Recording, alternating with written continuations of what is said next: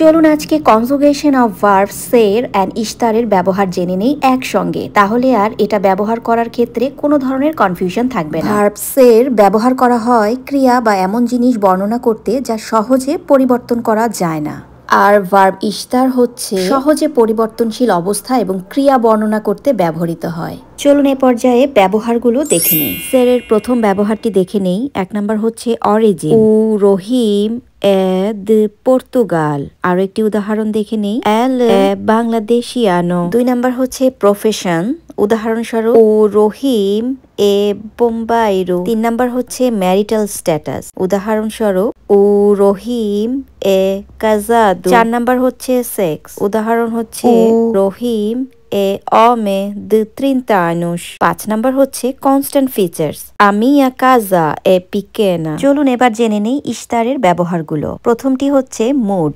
উদাহরণস্বরূপ কমস্তা এস্তুবেই। আরেকটি উদাহরণ আ কারলা এস্তা muito feliz।